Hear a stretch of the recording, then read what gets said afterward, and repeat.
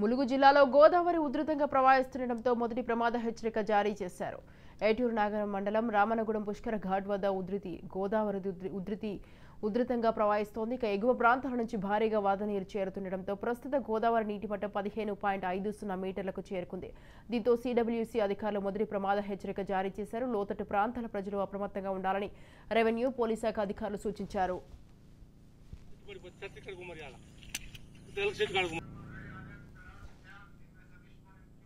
Right, ఈ విషయంపై మరింత సమాచారాన్ని మా ప్రతినిధి సతీష్ ఫోన్ లైన్ లో ఉన్నారు. సతీష్, స్వాతి, ఎడతెరిపి లేకుండా కురుస్తున్న వర్షాలకు తోడు ఎగువన కురుస్తున్నటువంటి వర్షాలతోటి గోదావరికి వరద ఉధృతి పెరిగింది. ఇప్పటికే అధికారులు ఏటూరు నాగారం మండలం రామన్నగూడెం పుష్కర ఘాట్ వద్ద 1వ ప్రమాద హెచ్చరికను జారీ చేశారు.